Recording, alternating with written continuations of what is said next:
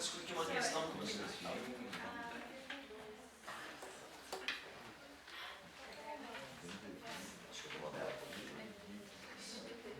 Show de bola.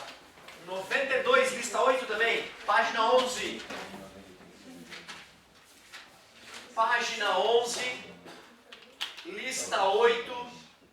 Questão 92. Falava o seguinte.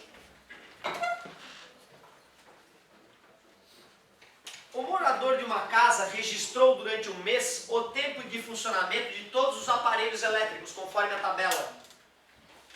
Ele marcava a potência e quantas horas de funcionamento. A lâmpada que tinha 600 watts, porra, que lâmpada, hein, meu querido? Ficava 100 horas ligada. Está errado, não é possível. A TV de 100 watts ficava 20 horas ligada.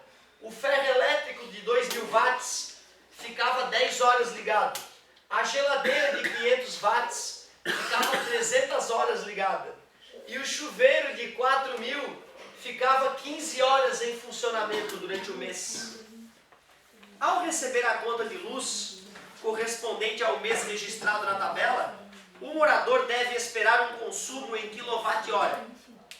Se o quilowatt-hora custa 10 centavos, não sei aonde, né? Qual o custo mensal de energia elétrica nesta residência? Não sei há quantos anos atrás essa questão foi elaborada para dar 10 centavos, deve ser quando inaugurou o Plano Real. Vamos calcular. Potência é energia com o passar do tempo.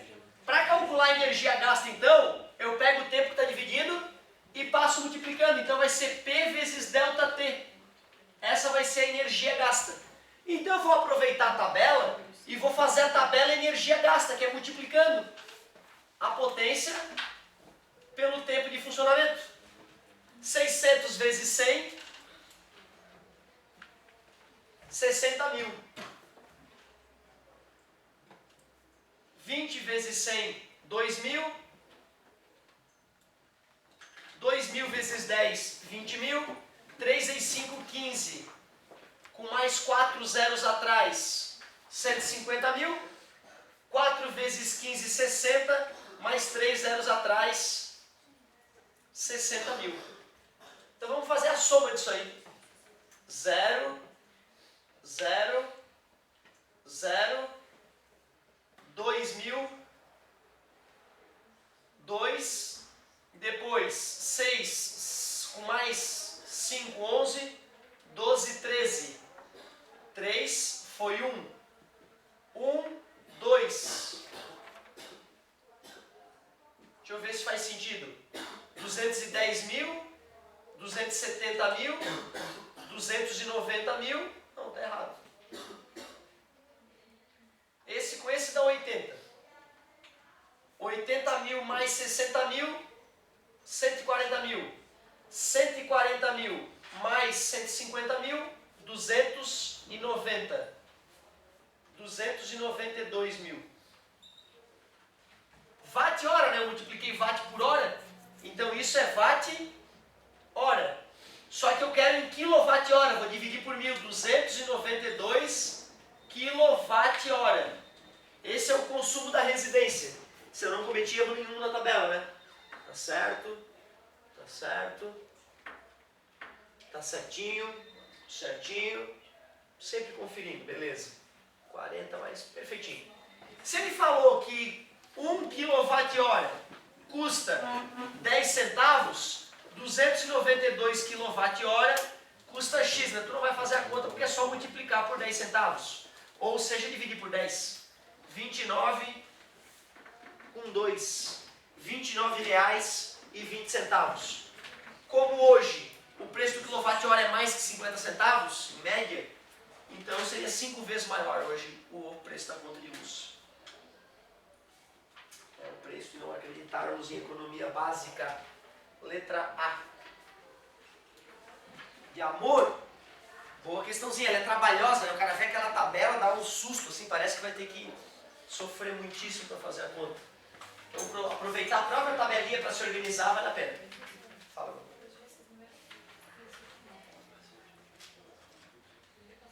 Exatamente. Mas aí tu vê, olha só, olha o poder da álgebra.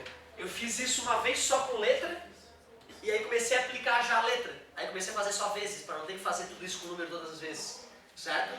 Isso é uma coisa que eu demorei muito a reconhecer. Mesmo quando já era professor, eu tinha dificuldade de fazer a conta até o final, para só no final botar número. Eu era acostumado a botar número desde o começo, né? O manual do bom professor de física fala: nunca coloque os números antes de ter isolado a incógnita e terminado a parte algébrica. Isso é uma regra muito importante.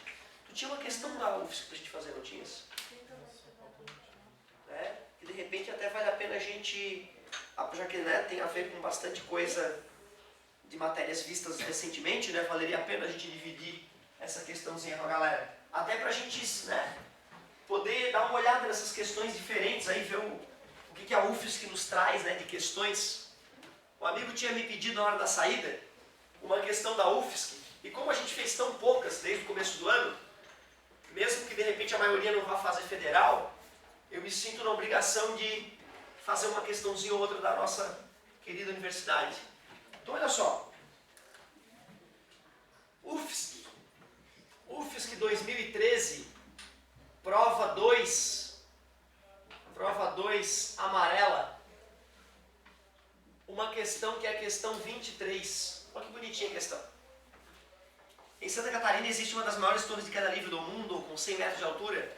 A viagem começa com uma subida de 40 segundos, com velocidade considerada constante, em uma das 4 gôndolas de 500 kg, impulsionadas por motores de 90 kW. Após alguns instantes de suspense, os passageiros caem em queda livre, alcançando a velocidade máxima de 122,4 km por hora, quando os freios magnéticos são acionados. Em um tempo de 8,4 segundos depois de iniciar a descida, os passageiros estão de volta na base da torre, em total segurança. Não foi bem assim, né? Considere a gôndola carregada com uma carga de 240 kg. Me refiro àquela menina que morreu no Hop Harry por não ter colocado o cinto de segurança nesse tipo de brinquedo. Então tá. Com base nas informações acima, assinaram as opções corretas. 01. A potência média desenvolvida pela força aplicada pelo motor durante a subida de uma gôndola carregada é de 18.500 watts. O aluno, para matar esse primeiro item, deveria lembrar que potência é energia sobre o tempo. Ó. Mesma fórmula. Só que a energia, nesse caso, é energia potencial gravitacional para a subida sobre o tempo. Energia potencial gravitacional é M vezes G vezes H. A massa é os 500 kg mais a gôndola carregada. Ó, ele falava que era a gôndola carregada no item 01. Então eu tenho que somar os 500 kg nos 240, o que vai dar 740 kg. A gravidade é 10, a altura que sobe é 100 e o tempo 40 segundos. Vou cortar os zerinhos. Dá para simplificar, né? Eu pegaria os 740 e dividiria por 2, que daria 370. Aqui dividido por 2 dá 2. E dividiria por 2 de novo. 150 mais 35, 185. Então a única conta que a gente teve que fazer de verdade, 185 vezes 100, que é 18.500 watts. E é o que ele falou, a potência média desenvolvida pela força aplicada pelo motor durante a subida é de 18.500 watts. Verdadeira 01. Olha o tempo que o cara já perdeu, né? Só para fazer o primeiro item. 02. O módulo da força média sobre a gôndola carregada durante a frenagem na descida é de 5.032 newtons. Como é que eu vou calcular a força atuando na gôndola? Força resultante é massa vezes aceleração. Força resultante é massa vezes aceleração. A massa nós já descobrimos que é de 740. Gôndola carregada. A aceleração, como é que eu vou descobrir a aceleração dessa encrenca? Ele disse que demora 8,4 segundos para ele chegar, né, para ele descer de novo. Quando os freios magnéticos são acionados. Em um tempo de 8,4 segundos depois de iniciar a descida, os passageiros estão de volta. Eu tenho que saber, então, primeiro, quanto tempo o cara ficou desacelerando para descobrir a aceleração. A velocidade final é 0. A velocidade inicial eu teria que pegar os 122,4 km por hora e dividir por 3,6. Olha o tempo que tu já perdeu para fazer isso, né, cara? Igual as casas, elimina a vírgula. 3 vezes 6, 18 vai 1, 9 mais 1, 10. Sobra 4. Certo? 12 menos 4, 14. Abaixo 4, 4. 4 vezes 6, 24 foi 2, 12, 13, 14. 34 metros por segundo é a velocidade que ele tinha. Para eu poder descobrir a aceleração, só se eu descobrir o tempo. Só que para eu poder descobrir o tempo, eu tenho que ver quanto tempo ele ficou caindo em queda livre. Para eu descobrir quanto tempo ele ficou caindo em queda livre, eu posso descobrir fazendo V igual a V0 mais A vezes T. Velocidade final que ele atinge, 34. Velocidade inicial, 0. A aceleração da gravidade, vamos aproximar para 10. Devia estar no gabarito isso, no formulário. Está multiplicando, passa dividindo. Um tempo de 3,4 segundos em queda livre. Se ele demorou 8,4 segundos para voltar, subtraindo esse 3,4, quer dizer que ele fica 5 segundos freando. 5 segundos freando. Vamos calcular essa aceleração então. Mais passa menos. Está multiplicando, passa dividindo. Essa decoreba é um perigo. Deu menos 6,8 metros por segundo ao quadrado. Agora que eu sei a aceleração, eu posso substituir no física, meu amor, e descobrir a força resultante. Vai ficar menos 74 vezes 68. Força resultante é igual. Próxima vez que a gente for fazer uma questão da UFSC, eu não vou fazer na mão as contas, vou fazer na calculadora.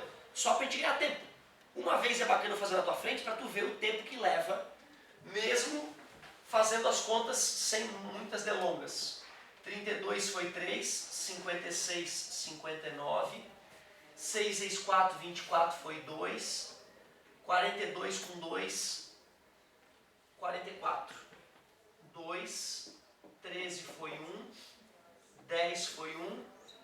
Porra, e não é que ele tinha falado isso mesmo? 5.032 newtons. Verdade. Uau, consegui a 0,2. O tempo total de queda livre é de aproximadamente 4,47 segundos. 5 segundos. Se eu tivesse usado a gravidade como 9,8, o tempo aumentaria, né? Certo? E não diminuiria. Então, continua falso, mesmo que a gravidade tivesse aproximada para 9,8. 0,8. A distância percorrida pela gôndola carregada durante a queda livre é de 57,8 metros. Equação horária da posição, D igual a D0, mais V0T, mais A até o quadrado, sobre 2. Ou Torricelli poderia ser também, né? Vou chamar de 0 a posição inicial, a velocidade inicial é 0, a aceleração estou usando como 10. Tempo que ela ficou caindo. 5 ao quadrado, sobre 2. 5 vezes 25, 125 metros. Estranho, né? De qualquer forma, só 57,8.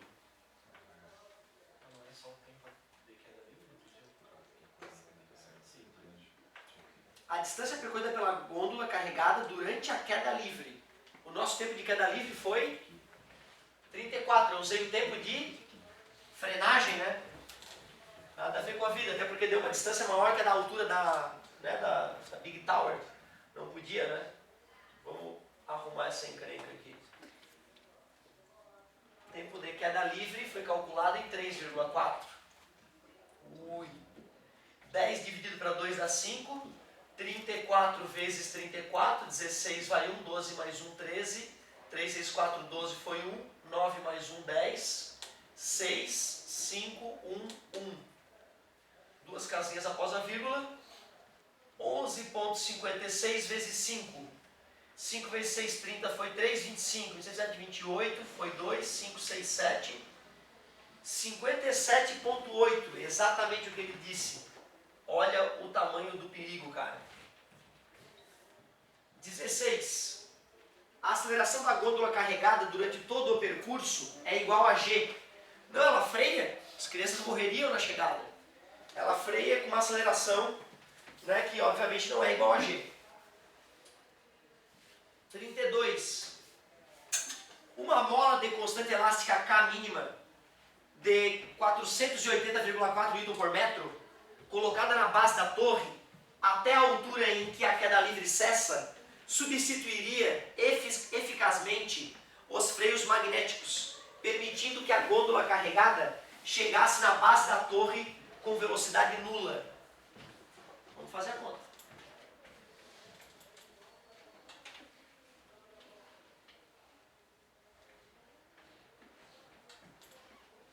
Melhor item, então, foi esse último.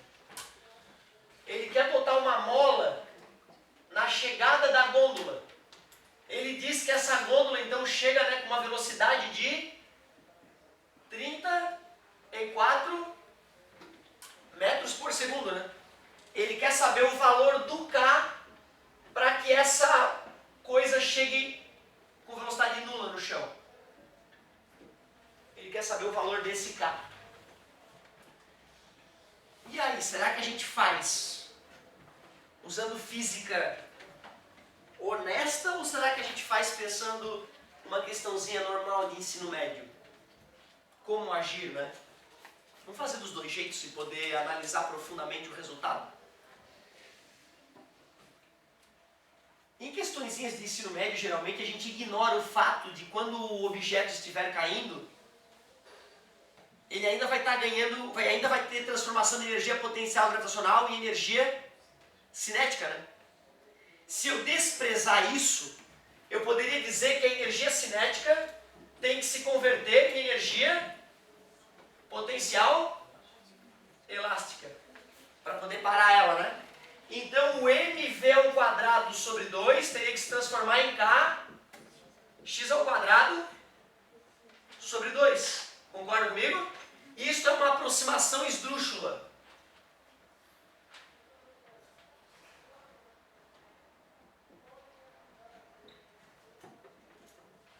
A aproximação tosca. Eu estou fingindo que na minha frente, enquanto a mola é comprimida, a altura do objeto não diminui.